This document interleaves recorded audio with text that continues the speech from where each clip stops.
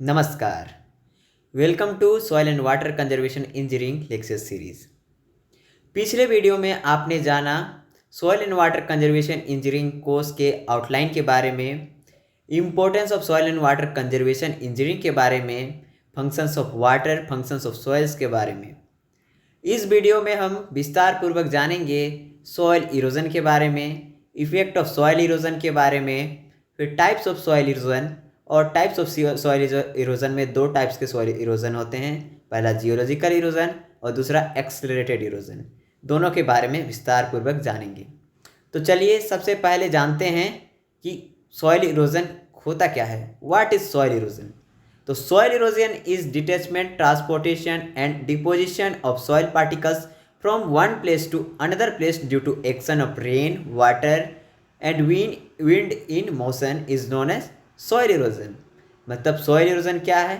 तो soil erosion is the process of detachment, transportation and deposition of soil particles. ये तीन process होते हैं सॉइल इरोजन में। पहला कि सॉइल पार्टिकल डिटेच होता है सॉइल से, उसके बाद उसका सॉइल पार्टिकल का ट्रांसपोर्टेशन होता है और फिर वो अनदर प्लेस में उसका डिपोजिशन होता है। तो आप इस पिक्चर में देख सकते हैं किस तरह रेन वाटर सॉइल में पड़ी है, सॉइल में इफेक्ट पड़ा है सॉइल में रेन वाटर का, और उसके कारण सॉइल पार्टिकल डिटेच हुई और डिटेच होने के बाद उसका ट्रांसपोर्टेशन हुआ with water and with the help of water ये यहाँ डिपोजिट हो गई दूसरे प्लेस में।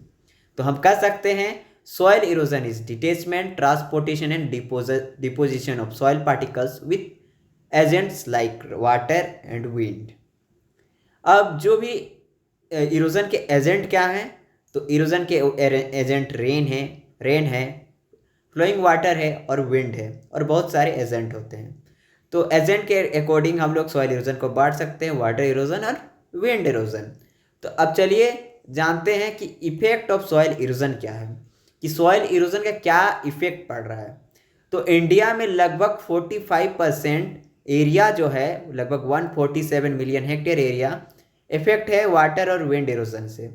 लगभग लैंड डिग्रेडेशन हो रहा है इतना। आप जानते हैं कि इंडिया का जोग्राफिकल एरिया 328 मिलियन हेक्टेयर है, जिसमें से 147 मिलियन हेक्टेयर आपका इफेक्ट हो रहा है इरोजन से। अब सॉइल इरोजन से क्या होता है? तो सॉइल इरोजन क्या कर रहा है कि जो भी डिग्रेडेड और वेस्टलैंड सॉइल है उसका डिस्ट्रीब्यूशन इंक्रीज कर रहा है। और वाटर इरोजन मतलब सॉइल इरोजन से क्या हो रहा है कि मतलब ये जो सॉइल इरोजन के कारण जो सॉइल का इरोजन में ससेप्टिबिलिटी है वो धीरे धीरे इरोजन के कारण ससेप्टिबल और सॉइल होते जा रहा है। अब आप इस डाटा में देख सकते हैं लगभग वाटर इरोजन का 94 मिलियन हेक्टेयर पार्ट है। उसी तरह विंड इरोजन का लगभग 10 मिलियन हेक्टेयर 9.48 मिलियन हेक्टेयर, और सेलिनिटी एसिडिटी आप देख सकते हैं 5.95 मिलियन हेक्टेयर सेलिनिटी का है पार्ट है, और सॉइल एसिडिटी का 16.03।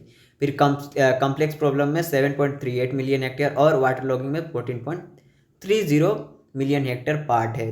तो आप देख सकते हैं लगभग 147 million hectare land degradation area है, देखा जा सकता है। तो अब चलिए हम जानते हैं कि क्या है सॉइल इरोजन का कॉजेज ऑफ सॉइल इरोजन क्या है। तो जो दो रीज़न है सॉइल इरोजन के होने का, दो कॉजेज है, रीजन्स हैं। पहला destruction of natural protective layer. जो नेचुरल प्रोटेक्टिव लेयर उसका डिस्ट्रक्शन हो रहा है, उससे इरोजन बढ़ रहा है। अब नेचुरल लेयर, प्रोटेक्टिव लेयर का डिस्ट्रक्शन कैसे हो रहा है? तो indiscriminate cutting down of trees, मतलब डिफॉरेस्टेशन से आपका नेचुरल प्रोटेक्टिव लेयर डिस्ट्रक्ट हो रहा है। अब डिफॉरेस्टेशन से क्या प्रॉब्लम हो रहा है? तो डिफॉरेस्टेशन से लो कैनोपी कवर हो रहा है। अब due to low canopy cover जो आपका रेन का जो इंटरसेप्शन हो रहा है वो नहीं हो पा रहा है। नो इंटरसेप्शन ऑफ रेन को रोक नहीं पा रही है कोई भी कवर। जिससे क्या हो रहा है, चूंकि हम लोग जानते हैं कि रेन हाई स्पीड से, हाई वेलोसिटी से आपका सॉइल में आती है, तो उससे क्या होता है तो आपका, तो उसमें जो कि रेन में होता है क्या कि काइनेटिक एनर्जी होता है। तो काइनेटिक एनर्जी से सॉइल इरोजन होता है, तो उस काइनेटिक एनर्जी का डिसिपेशन नहीं हो पाता है, जिससे क्या होता है कि जो हाई सॉइल क्या होता है कि हाईली ससेप्टिबल हो जाती है इरोजन के लिए।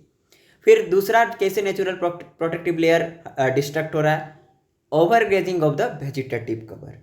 ओवरग्रेजिंग के कारण क्या हो रहा है कि जो मवेशी है या फिर केटल हैं, ये जो इनके ओवरग्रेजिंग से सॉइल में प्रोटेक्टिव लेयर कम हो रहे, ख़त्म हो रहे हैं। इससे लैंड सरफेस एक्सपोज हो रही है इरोजन के लिए। फिर फॉरेस्ट फायर भी बहुत ही इंपॉर्टेंट फैक्टर है destruction of natural protective layer का। तो इससे क्या हो रहा है, लॉस ऑफ कैनोपी कवर, जिससे फिर आपका हाईली सॉइल इरोजन हो रहा है। अब दूसरा रीज़न क्या है सॉइल इरोजन का, तो इम्प्रॉपर लैंड यूज़। अब इम्प्रॉपर लैंड यूज़ किस तरह से होता है, तो बहुत सारी ज़मीन का यूज़ नहीं हो पाता है, वो बैरेन पड़ी रहती हैं, मतलब बंजर पड़ी रहती हैं, जो कि आपका उसमें प्रोटेक्टिव लेयर प्रेजेंट नहीं होता है, जो कि आपका रेन और विंड के एक्शन के कारण सॉइल का जिससे इरोजन हो रहा है, जिससे सॉइल का इरोजन हो रहा है। अब इम्प्रॉपर कल्टीवेशन और क्रॉपिंग पैटर्न से क्या हो रहा है कि सॉइल लैंड सरफेस क्या हो रही है, एक्सपोज हो रही है वाटर या विंड से, जिससे सॉइल इरोजन हो रहा है। अब कल्टीवेशन एलोंग द स्लोप, ये बहुत ही इंपॉर्टेंट फैक्टर है जो इरोजन क्रिएट करती है। तो अगर हम लोग कल्टीवेशन करेंगे एलोंग द स्लोप, आप अगर इस तरह आप देख सकते हैं कि अगर हम एलोंग, आपका स्लोप इधर है, अगर आप एलोंग द स्लोप कल्टीवेशन करते हैं, ये हम लोग कल्टीवेशन एलोंग द स्लोप किया, तो एलोंग द स्लोप अगर कल्टीवेशन करते हैं तो जो वाटर फ्लो करती है तो along the slope water flow करेगी। तो जो आपका जो कल्टीवेशन होगा एलोंग द स्लोप है, तो आपका जो क्रॉप है वो वाटर फ्लो को रोक नहीं पाएगी, जिससे क्या होगा कि water flow along the slope होगा और हम लोग का जो इरोजन ज़्यादा हो जाएगा और हायर इरोजिव कैपेसिटी हो जाएगा वाटर का। तो इस तरह से सॉइल इरोजन दो महत्वपूर्ण कारणों से होते हैं। तो क्या क्या है, तो destruction of natural protective layer और इम्प्रॉपर लैंड यूज। अब चलिए जानते हैं टाइप्स ऑफ सॉइल इरोजन के बारे में। तो टाइप्स ऑफ सॉइल इरोजन, दो तरह की सॉइल इरोजन होती है, जियोलॉजिकल इरोजन और दूसरा एक्सेलरेटेड इरोजन। एक्सेलरेटेड इरोजन में दो महत्वपूर्ण टाइप से वाटर इरोजन और विंड इरोजन, जिसके बारे में हम लोग नेक्स्ट लेक्चर्स में जानेंगे विस्तार पूर्वक। तो चलिए हम जानते हैं जियोलॉजिकल इरोजन क्या होता है। तो जियोलॉजिकल इरोजन को नॉर्मल या नेचुरल इरोजन भी कहते हैं। अब ये क्या नेचुरल या नॉर्मल इरोजन है, तो ये क्या है कि एक नेचुरल प्रोसेस है जिससे फॉर्मेशन और formation of soil and loss of soil simultaneously होते रहता है। मतलब फॉर्मेशन ऑफ सॉयल भी हो रहा है और लॉस ऑफ सॉयल भी हो रहा है, मतलब हम कह सकते हैं कि ये इक्विलिब्रियम क्रिएट कर रही है। ये जो जियोलॉजिकल इरोजन बहुत ही स्लो प्रोसेस होता है और कंटिन्यूअस प्रोसेस होता है, जो कि हमेशा होते रहता है, कंटिन्यूअसली होते रहता है, जिसको हम लोग नोटिस नहीं कर पाते हैं। अब ये जो जियोलॉजिकल इरोजन है ये बहुत ही महत्वपूर्ण रिस्पॉन्सिबल होती है, जो भी टोपोग्राफिकल फीचर्स जैसे स्ट्रीम चैनल्स बनती है या वैली बनती है, ऐसे बहुत सारे टोपोग्राफिकल फीचर्स अर्थ में बनाती है ये जियोलॉजिकल इरोजन। चलिए हम किस तरह ये टोपोग्राफिकल फीचर्स बनाती है, तो चलिए जियोलॉजिकल इरोजन का एग्जांपल देखिए। आप उस एग्जांपल से समझ सकते हैं कि किस तरह ये टोपोग्राफिक फीचर्स जैसे चैनल्स वैली बनाती हैं। तो आप देख सकते हैं ये जियोलॉजिकल इरोजन का बहुत ही महत्वपूर्ण एग्जाम्पल है ग्रैंड कैनियन, जो कि एरिजोना यूएसए में है। आप पिक्चर में देख सकते हैं किस तरह से ये एग्जाम्पल आप देख सकते हैं जियोलॉजिकल इरोजन का। ये आप ग्रैंड कैनियन का पिक्चर देख रहे हैं, ये आपका one of the geological wonders of the world है। अब ये बना कैसे है, तो ये कोलोरेडो रिवर्स के इंट्रेंचमेंट से बना है। और ग्रैंड कैनियन में आप देख सकते हैं 200 million 200 million to 2 billion years old आपको रॉक दिखाई दे सकता है। आपको 200 मिलियन से आपका 2 बिलियन रॉक्स, आपको ईयर ओल्ड रॉक्स दिखाई दे सकता है। तो आप समझ सकते हैं कि ये किस तरह ये जियोलॉजिकल इरोजन करता है। अब सेकेंड एग्जाम्पल जो कि आपका इंडिया में ही प्रेजेंट है, तो मार्बल रॉक जबलपुर मध्य प्रदेश में। आप पिक्चर में देख सकते हैं कि किस तरह जियोलॉजिकल इरोजन हुआ जिससे टोपोग्राफिकल फीचर्स हुआ। तो मार्बल रॉक क्या है, तो ये गोर्ज है, नर्मदा रिवर में बनती है। और जो रिवर है वो 10 मीटर तक मतलब विड्थ का नेरो हो जाता है, जिससे क्या होता है कि आपका जो कार्व बनाता है लार्ज एरिया का वाइट मार्बल, जो कि 3 किलोमीटर लंबा लेंथ में है। तो आप देख सकते हैं पिक्चर में किस तरह ये मार्बल रॉक बनाती है। अब चलिए हम लोग जानते हैं एक्सीलरेटेड इरोजन के बारे में। एक्सीलरेटेड इरोजन को हम लोग एंथ्रोपोजेनिक या मेन इंड्यूस इरोजन कहते हैं। अब ये कैसे होता है, तो ये जो इरोजन है ये एक्टिवेट होता है ह्यूमन एक्टिविटीज से, जो कि चेंज लाता है नेचुरल कवर और सॉइल में।